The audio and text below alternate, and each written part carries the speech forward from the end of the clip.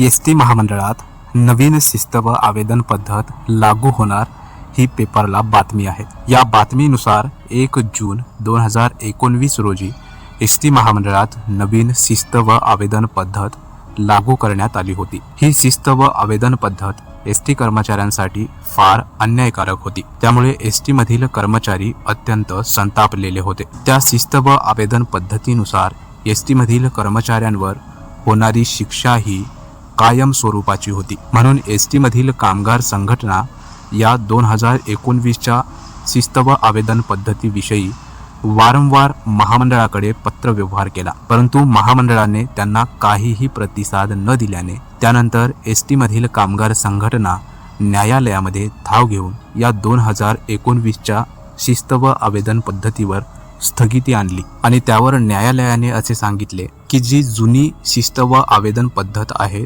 तीच चालू ठेवण्यात यावी, नवीन लागू करण्यात येऊ नये। आणि यापुढे जर शिस्त व आवेदन पद्धतीमध्ये काही फेरबदल करायचा असेल तर सर्व संघटनांना सोबत घेऊन त्यांच्याशी विचार विनिमय करून नवीन शिस्त व आवेदन पद्धत तयार करावे, अशा प्रकारच्या सूचना न्यायालयाने एसटीच्या प्रशासनाला दिलेल्या होत्या। आणि एसटी मधील शिस्त व आवेदन पद्धत कशा प्रकारची असायला पाहिजे ही सर्व माहिती पत्रामध्ये एसटी मधील कामगार संघटना महामंडळाला कळवलेले आहे। शिस्त व आवेदन पद्धतीवर बोलताना कामगार संघटनेचे अध्यक्ष संदीप शिंदे असे म्हणतात की नवीन शिस्त व आवेदन पद्धत ही एसटी कर्मचाऱ्यांसाठी फार अन्यायकारक असल्याने त्यावर आक्षेप नोंदवून कामगार संघटनेने न्यायालयातून स्थगिती आणलेली आहे। संघटनेच्या म्हणण्यानुसार एसटी बसमध्ये एखादा प्रवासी विना तिकीट आढळला तर त्या प्रवाशाला जबाबदार धरण्यात यावे, सर्वस्वी त्या प्रवाशाची जबाबदारी असावी, अशा प्रकारे संघटना म्हणत आहे। कर्मचाऱ्यांना कोणतीही शिक्षा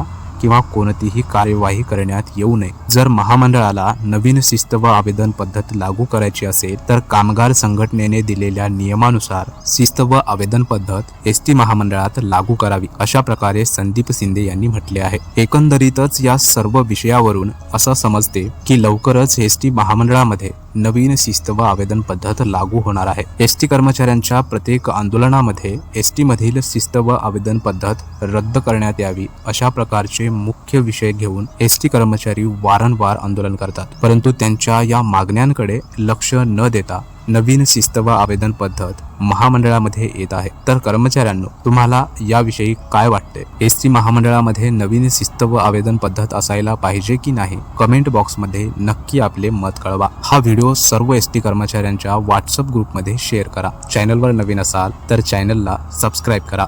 धन्यवाद।